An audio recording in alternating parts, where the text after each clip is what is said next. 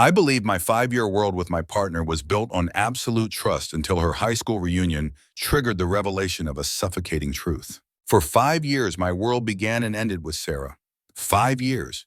It's a strange amount of time when you look back on it.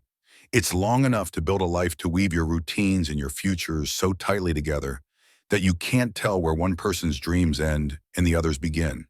But it's also short enough that you can still remember with perfect, painful clarity what life was like before them. I was 30 years old, Sarah was 28. We had the house, the two slightly neurotic cats, the shared Netflix account with profiles that knew us better than we knew ourselves. We had a life that, from the outside, looked like the picture on the box, and from the inside, for the longest time, I thought it was exactly that. I thought the foundation was solid. I thought the trust we'd built was absolute, unshakable. But trust is a funny thing. It's not like a rock that you can see and touch. It's more like the air you breathe. You don't even notice it's there holding you up, keeping you alive, until the moment it's gone, and you find yourself in a vacuum, suffocating on the truth. My journey into that vacuum started on a Wednesday, October 11th to be exact. It was a completely forgettable day, the kind that just serves as a bridge between the start of the week and the weekend. I was in the kitchen trying to figure out what to do with a collection of vegetables that were about one day away from staging a hostile takeover of the crisper drawer. Sarah walked in still in her work clothes and leaned against the counter, scrolling through her phone with that distracted look she got when she was decompressing from her day. "Hey," she said, not looking up. "Big news. My 10-year high school reunion is this Saturday." I stopped chopping mid-celery stalk. "Oh, wow. 10 years. That's crazy. Are you going to go?" My immediate reaction was genuine encouragement. Sarah wasn't exactly the type to get misty-eyed about the past. She'd always described her high school experience at Northwood High as something she had survived rather than cherished.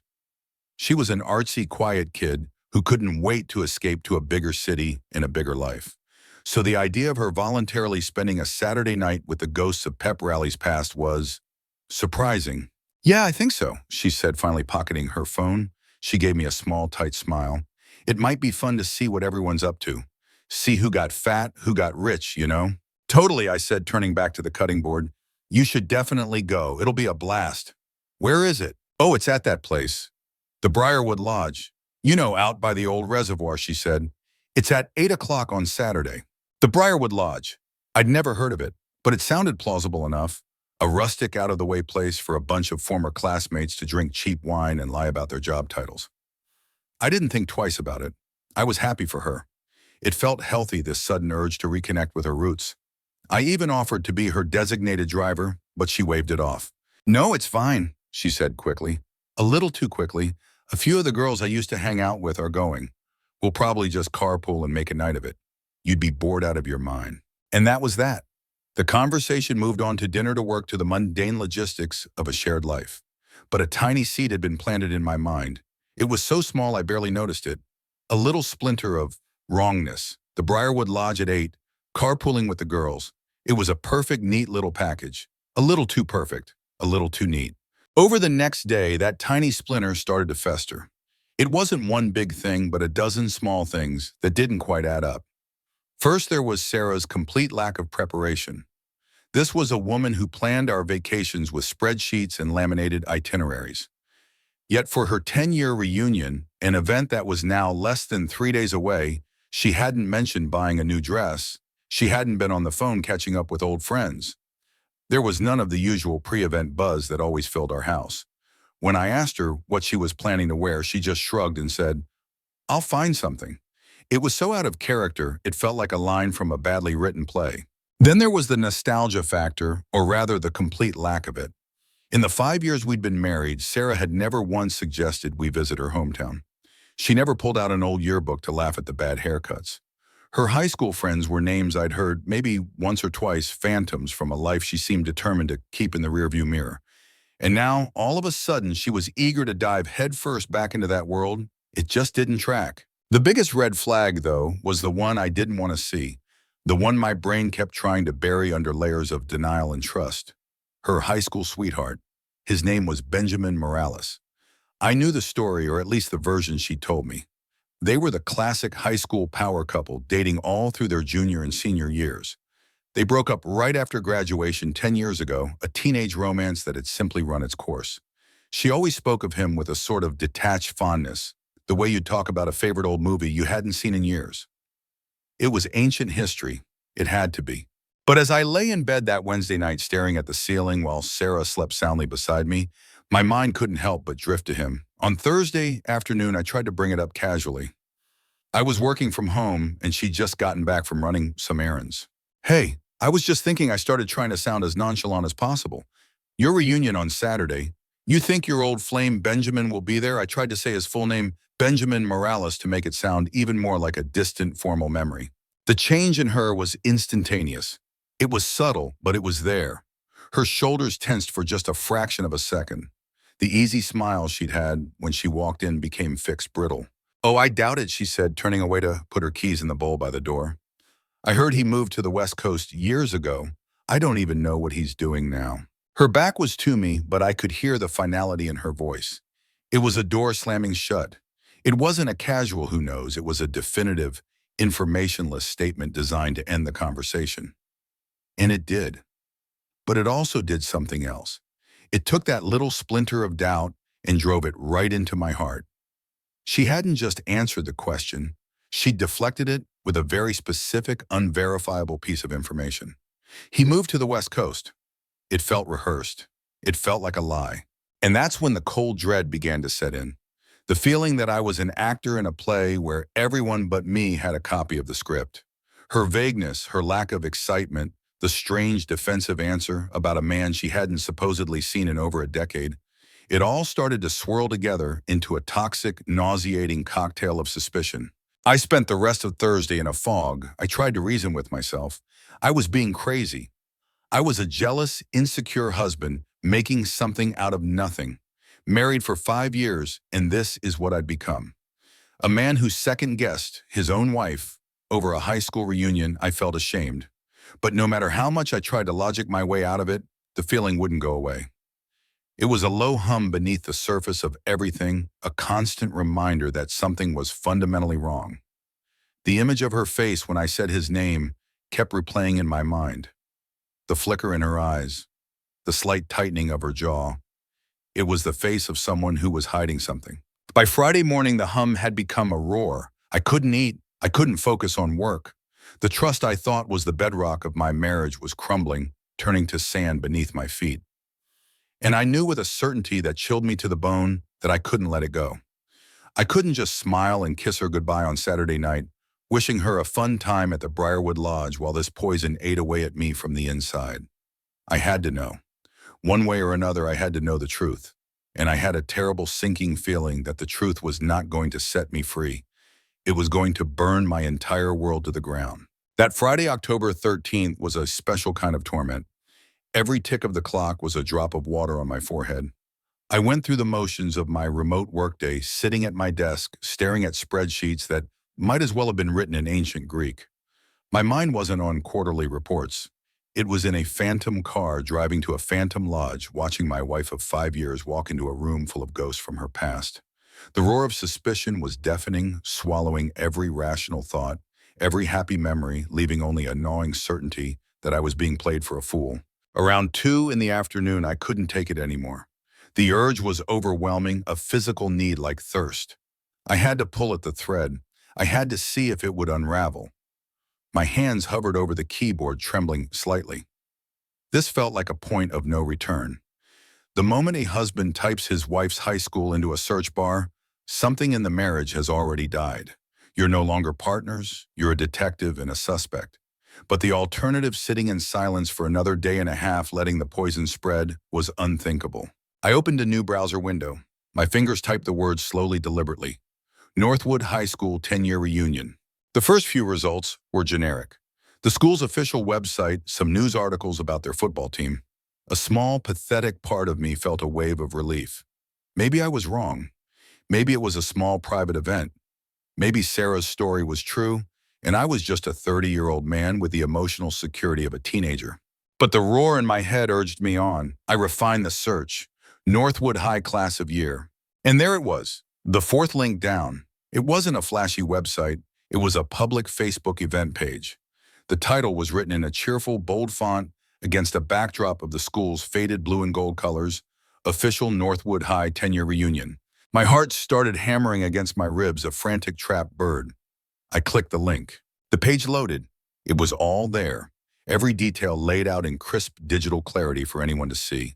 The banner image was a collage of old yearbook photos, smiling 18-year-old faces frozen in time. And right below it, the essential information. Date Saturday, October 14th. Time 7:00 p.m. to 11:00 p.m. So far, so plausible. It was a clever lie grounded in just enough truth to seem stable. But then my eyes scanned down to the next line, the one that blew her story to pieces. Location: the Grand Ballroom at the Marriott Downtown Hotel. Not the Briarwood Lodge, the Marriott, a massive glass and steel structure in the heart of the city. A place you couldn't possibly mistake. The lie wasn't a simple misremembering. It was a deliberate, calculated fabrication. I felt the blood drain from my face. My breath hitched in my chest. It was like watching a video of your own house burning down. You see it, you know it's real, but your brain refuses to process the devastation. I scrolled further, my hands shaking on the mouse. A post from the organizers detailed the evening's schedule. Cocktails, dinner, a slideshow, and then the final nail in the coffin of my marriage. A bright blue button with the words, "Buy tickets here." It took me to an event page. $75 per person, non-refundable. A digital transaction, a paper trail she had completely erased from the story she sold me. The pieces clicked into place with horrifying speed. The vagueness, the way she shut down the conversation when I mentioned Benjamin Morales. Her lie about him moving to the West Coast wasn't a deflection. It was a smokescreen. The reunion was her alibi. The perfect, unimpeachable excuse to meet him. Benjamin, the man she claimed was a distant memory 3,000 miles away. I leaned back in my chair, the leather creaking under my weight. The office around me, our home, suddenly felt alien. The photos on my desk of me and Sarah on our wedding day, smiling without a hint of this darkness, looked like pictures of strangers. The trust wasn't just cracked, it had been pulverized. My first impulse was pure white-hot rage. I wanted to storm into the living room, shove the laptop in her face, and scream until my throat was raw. But as the initial shock subsided, it was replaced by something colder, sharper. What would happen if I confronted her? She would deny it. She'd say I'd found the wrong event, or that the venue changed and she forgot to tell me. Then she would turn it on me. I was snooping. I was spying. I was the crazy, jealous husband. She would twist it until I was the villain, gaslighting me until I questioned my own sanity. I would have the truth, but she'd have plausible deniability. And in the court of our friends and family, that's all that matters. No, I wouldn't give her that power. She had built her deception on a public event, and I would use that same public event to dismantle it. My mind started working with a speed and focus I didn't know I possessed. The Facebook page was public. The location was public. The time was public. She was counting on me being at home oblivious. I decided in that moment to make the truth a public spectacle. I looked at the event page again, my eyes scanning for a tool I could use, and I found it in a pinned post from the organizers. An agenda for the evening, 9:15 p.m. in memoriam and roll call. Roll call. They were going to read names. Sarah Green, a graduate of Northwood High, would not be in that room. Her absence would be an official, verifiable fact. A plan began to form in the ruins of my heart. It was cold and methodical. I wasn't going to scream. I wasn't going to cry. I wasn't going to give her the satisfaction of a messy fight she could twist to her advantage. I was going to go to the Marriott Downtown Hotel on Saturday night. I wasn't going inside. I was just going to stand in the lobby, a ghost at a party I was never invited to. And at 9:15 p.m., I was going to take out my phone, open Facebook, and press a single button, go live. I would stream it for everyone to see. Our friends, our family. I would let them hear the master of ceremonies read through the names. I would let them hear the name Sarah Green, followed by a conspicuous silence. I wouldn't have to say a word. I would simply present the evidence and let everyone else draw the unavoidable conclusion. She had built her alibi on a foundation of lies, and I was going to demolish it with a single undeniable truth. The rage was gone, replaced by a profound and unsettling calm.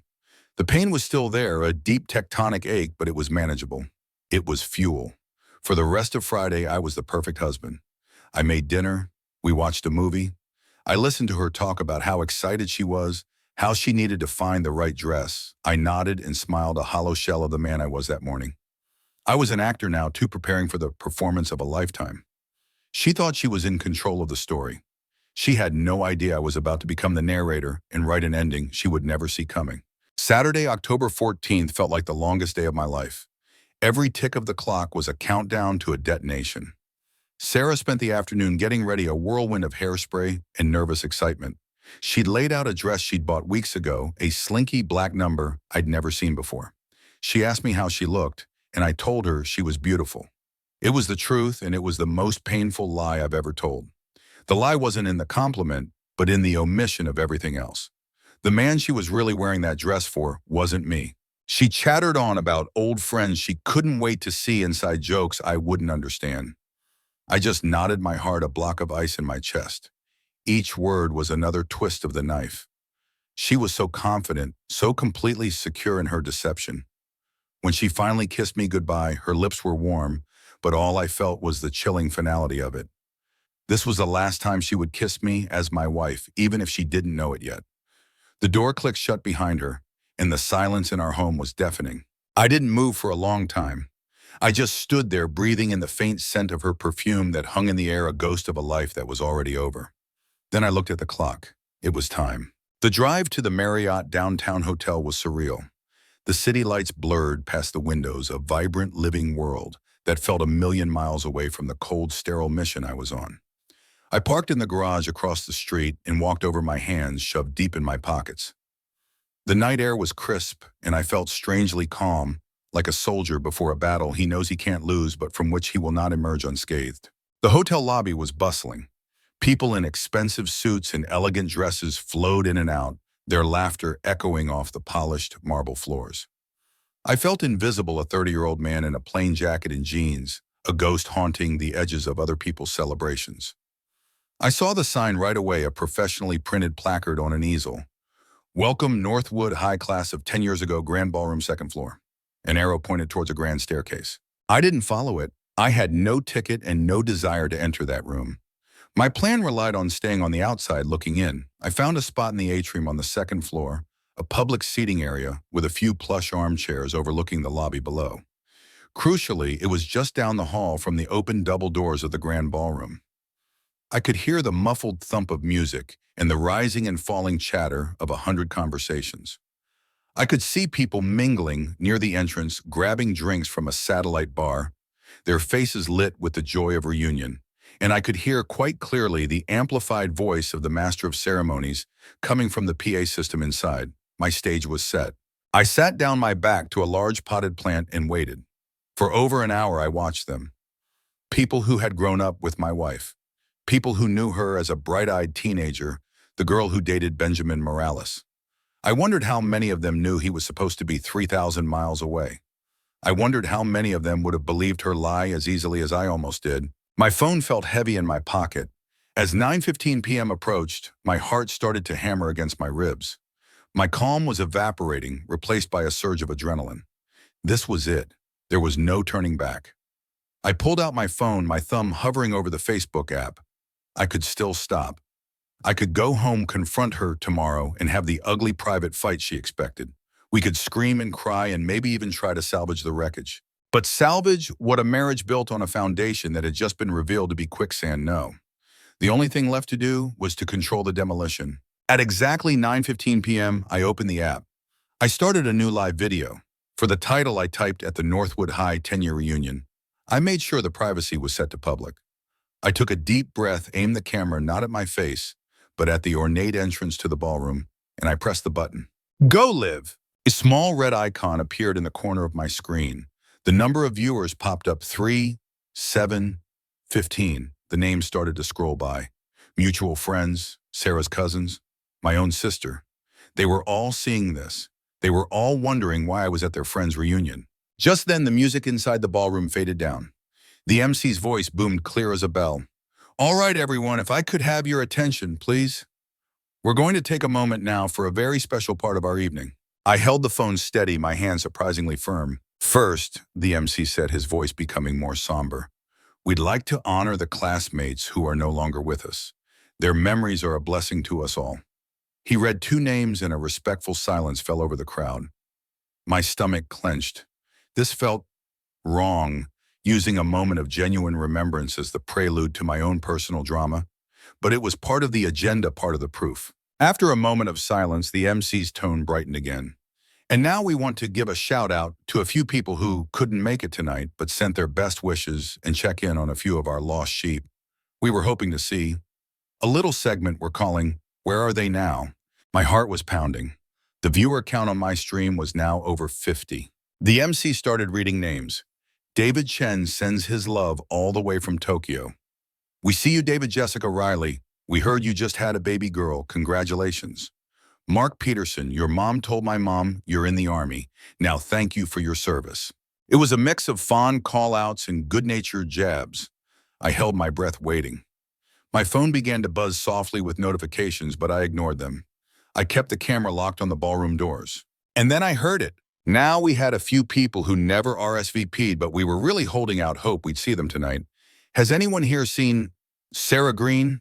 The name hung in the air. My name, her name, Sarah Green. There was a pause. The microphone picked up the sound of a few scattered no's from the crowd. I could hear the faint murmur of people turning to their neighbors, shrugging.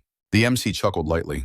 All right, well, Sarah Green, if you're out there, we're thinking of you. Hope you're doing well. And that was it. The moment of truth.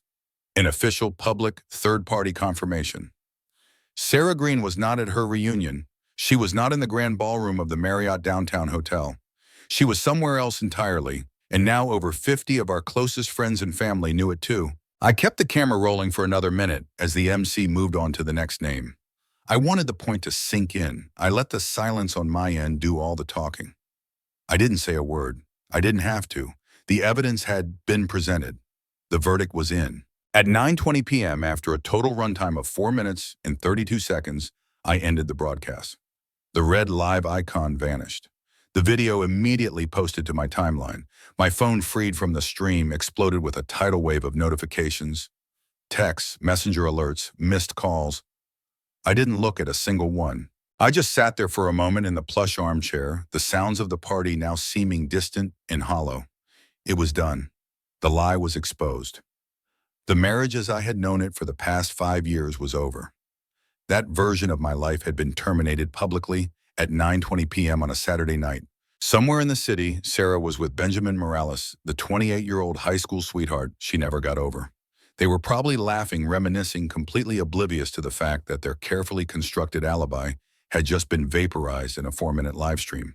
She had no idea that when she came home, she wouldn't be coming home to a clueless husband she could lie to, but to the smoldering crater of the life she had just torched. I stood up and walked away, leaving the sounds of the reunion behind me. I didn't feel angry anymore. I didn't even feel triumphant. I just felt quiet. As I stepped out of the hotel and into the cool night air, I felt a profound sense of clarity. I had lost my wife. I had lost the future I thought we were building. But in that lobby with my phone in my hand, I had seized control of the truth. I had refused to be a victim in the story she was writing. I prevented the inevitable gaslighting, the denials, the attempts to twist my sanity. My victory wasn't in getting revenge. It was in getting ahead of the lie. It was in ensuring that the end of my marriage would begin with an undeniable, publicly witnessed truth. Her truth. And now finally I was free to start building my own.